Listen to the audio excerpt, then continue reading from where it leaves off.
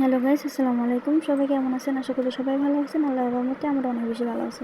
গতকালকে ছোট্ট একটা মিনি ব্লগ আপনাদের সঙ্গে শেয়ার করতেছি, তখন আর আপলোড দেওয়া হয়নি, আজকে আপলোড দিচ্ছি। দেখেন আমার ছেলে এখানে বসে খাচ্ছে আর মেয়েটা অনেক দুষ্টামি করতেছিল। তো আমরা বসে আছি এখানে একা একা। তো কী করবো, তার আব্বু বাসায় নাই, সে সকালবেলায় বের হয়েছে, মানে ঢাকা গেছে কাজের জন্য।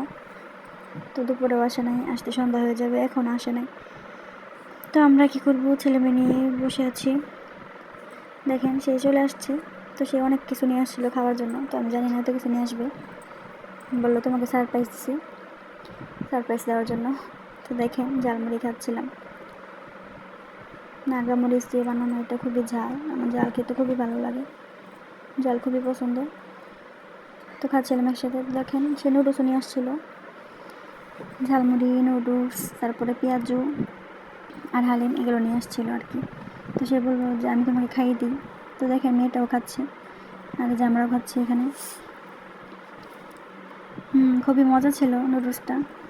আর এই যে পেঁয়াজু, এখন পেঁয়াজু খাবো, সেই আমাকে খাইয়ে দিচ্ছে।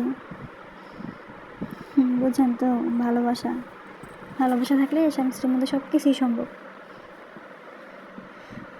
তো দেখেন সে সারাদিন কী না কি খাইছে। তো আমি খিচুড়ি রান্না করছিলাম, বলছি তুমি এখন খিচুড়িটা খাই নাও, খাই একটু রেস্ট করো। তো দেখেন মেয়েকে কোলে নিয়ে বসে আছে, মেয়েকে খাওয়াই দিবে সে। তো সারাদিন বাবা মেয়েকে অনেক বেশি মিস করছিল। তো তারা খাচ্ছে। তো এখানে দেখেন আমি হালিমের ভিডিওটা করে নিলাম।